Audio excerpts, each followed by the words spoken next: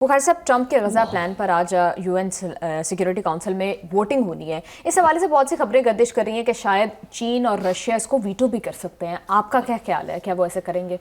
देखिए, जहाँ तक मेरे नॉलेज का ताल्लुक है, रशिया और चाइना दोनों ने वाज़ेह तौर पे कह दिया कि हम इसको वीटो नहीं करेंगे।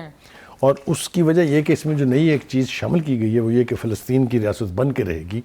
उसकी वजह से उन्होंने वीटो ना करने का फ़ैसला किया है, क्योंकि अगर ये करारदाद इसी सूरत में मंजूर हो जाती है कि फ़लस्तीन की रियासत बननी है तो ये फ़लस्तीनियों की जद्दोजहद आज़ादी और एक उम्मीद की किरण उनके लिए, एक उम्मीद की किरण के साथ साथ एक तरह की गारंटी है, because the highest forum of the United nation जो है वो उसको एंडोर्स कर रहा होगा। एक बात।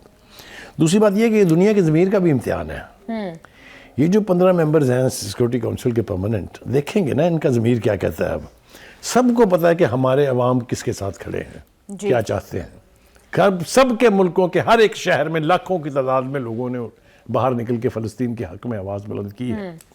अब देखते हैं कि उनकी लीडरशिप क्या करती है। बुखार साहब, आपने बात की कि अभी ये जो शिक इसमें शामिल की गई है एक नई फ़लस्तीनी रियासत बनाने की, आज़ाद फ़लस्तीनी रियासत की, इस वजह से शायद रशिया और चाइना वीटो नहीं करेंगे। आपको क्या लगता है कि ये वाकई ही एक साजिश है ताकि इसको पास करवा लिया जाए? क्योंकि हमने देखा है कि यूएन तो इनएक्टिव रही है सारी सूरत हाल में, इनफेक्टिव रही है एक्चुअली। देखिए, ये दारोमदार सिर्फ इस फ़लस्तीन की रियासत बनने पर नहीं है। इस करारदाद के ज़रिए वो मंसूबा अमली जामा पहनाया जाएगा जो ट्रंप ने तश्कील दिया है। सिर्फ एक शिक नहीं निकलेगी बल्कि पूरे का पूरा मंसूबा जाएगा। इसलिए मेरा नहीं ख्याल कि इस किस्म की कोई सूरत हाल पैदा होगी। अभी हमारा प्रोग्राम चूँकि थोड़ा जल्दी है, इस वक्त वहाँ पर जो हलचल देखी जा रही है, जो एक्टिविटी है यूनाइटेड नेशंस के कॉरिडोर्स में और प्रेस रूम्स में, वो मैं अंदाज़ा कर सकता हूँ because I have been to the United Nations several times. तो इस वक्त बहुत एक्टिव डिप्लोमेटिक एक्टिविटी चल रही है।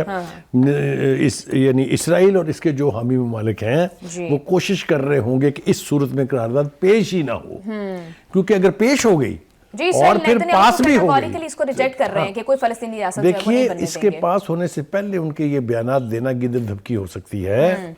लेकिन जब ये पास हो जाएगी तो इसके साथ जो 8 मुस्लिम और अरब ममालिक जुड़े हैं वो फिर इससे पीछे नहीं हट सकते। लेकिन बुखारी साहब, अगर ये करारदाद पास हो जाती है तो बोर्ड ऑफ पीस बनेगा जिसके हेड डोनाल्ड ट्रंप होंगे। तो डोनाल्ड ट्रंप की और अमेरिका की पोजीशन मिडल ईस्ट में बहुत स्ट्रांग हो जाएगी। आपको लगता है कि रशिया और चाइना ये अफोर्ड कर सकते हैं? देखिए, ये तो कहते हैं ना कि इवेंचुअलिटी है। देखेंगे जब वो will cross the bridges when they will come. क्या होगा ये तो अभी हम फोरकास्ट नहीं कर सकते। लेकिन मैं ये कन्विक्शन के साथ समझता हूँ कि ट्रंप के लिए भी इस करारदाद के मतन से पीछे हटना आसान काम नहीं होगा। इसलिए कि उसकी अपनी क्रेडिबिलिटी का बहुत सीरियस मसला है। जहाँ तक नेतन्याहू का ताल्लुक है, उसका सौदा ही इस पर बिक रहा है कि मैंने तो नहीं बनने देनी जी, क्योंकि उसके ऊपर जिस तरह के प्रेशर है, अभी आपने तस्करा भी किया था उसका कि वो ट्रंप साहब किस तरह माफ़ी है उसके लिए मांगते फिर रहे हैं। प्रेसिडेंट को ख़त भी लिख दिया है। अपनी तकरीर जो की थी उन्होंने इसराइली पार्लियामेंट से, उसमें भी कहा था इसको माफ़ कर देना। करप्शन के खौफनाक किस्म के चार्जेस हैं उनके ऊपर, तो कैसे माफ़ हो सकता है? अगर जंग खत्म हो जाएगी तो उनको वो करप्शन केसेस फेस करने पड़ेंगे। बुखारी साहब, एक इंटरनेशनल स्टेबलाइजेशन फोर्स बननी है और उसके लिए अब जो है कुछ नाम सामने आ रहे हैं। इस हवाले से उर्दन के जो बादशाह हैं उन्होंने पाकिस्तान का रिसेंट दौरा किया। आपको लगता है कि इस दौरे में इस हवाले से कोई बात हुई होगी? यकीनी तौर पर टॉप लीडरशिप ने इसके ऊपर डिस्कस किया है। मिडिल ईस्ट प्लान में पाकिस्तान और जॉर्डन एक पेज पर है, इसलिए कि हमने तारीफ की है जो भी स्टांस उनका है और उन्होंने भी एंडोर्स किया जो पाकिस्तान का स्टांस है। मैंने आपसे कहा कि कोई भी मुसलमान मुल्क वाज़ेह तौर पर यह स्टांस नहीं ले सकता कि हम फ़लस्तीनी रियासत बनने के खिलाफ हैं।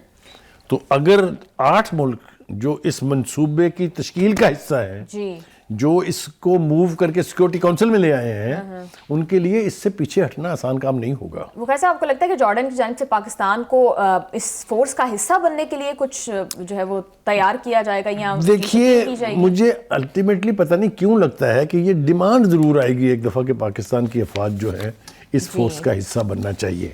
ये अब हमारा सारा दारोमदार हमारी लीडरशिप पर है कि वो इसका हिस्सा बनना चाहेंगे कि नहीं, क्योंकि पाकिस्तान की अवाम कभी ये तवक्को नहीं रखेंगे कि पाकिस्तान के फौजी जो हैं वहाँ किसी एक फ़लस्तीनी की हलाकत का भी बायस बने।